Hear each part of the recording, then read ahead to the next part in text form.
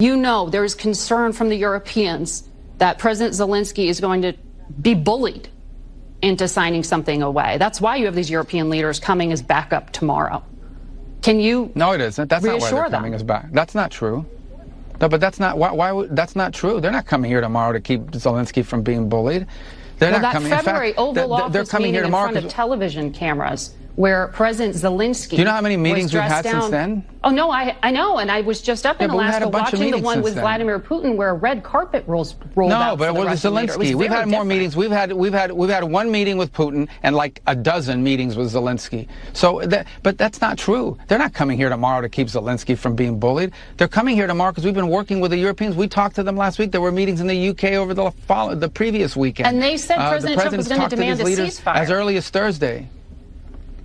No. But you said that they're coming here tomorrow to keep Zelensky from being bullied. They're not coming here tomorrow. Oh, this is such a stupid media narrative that they're coming here tomorrow because Trump is going to bully Zelensky into a bad deal. We've been working with these people for weeks on this stuff. They're coming here tomorrow because they chose to come here tomorrow. We invited them to come. We invited them to come. The president invited them to come. But the president told those European leaders last week that he wanted a ceasefire. The president went on television, said he would walk out of the meeting if Vladimir Putin didn't agree with one. He said there would be severe consequences if he didn't agree to one. He said he'd walk out in 2 minutes. He spent 3 hours talking to Vladimir Putin, and he did not get one.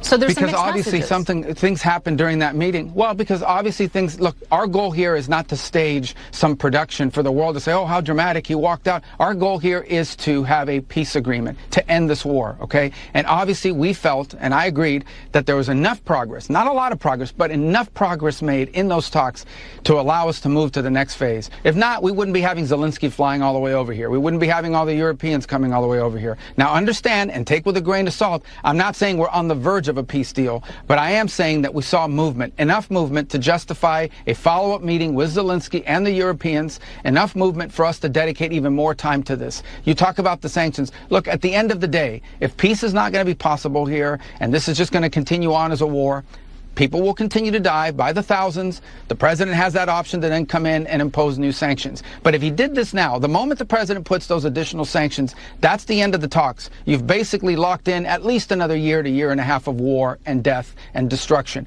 We may unfortunately wind up there, but we don't want to wind up there. We want to wind up with a peace deal that ends this war so Ukraine can go on with the rest of their lives and rebuild their country and be assured that this is never going to happen again. That's the goal here. We're going to do everything possible to make that happen if it's doable. It will require both sides to make concessions. It will require both sides to get things they're asking for. That's how these deals are made, whether we like it or not.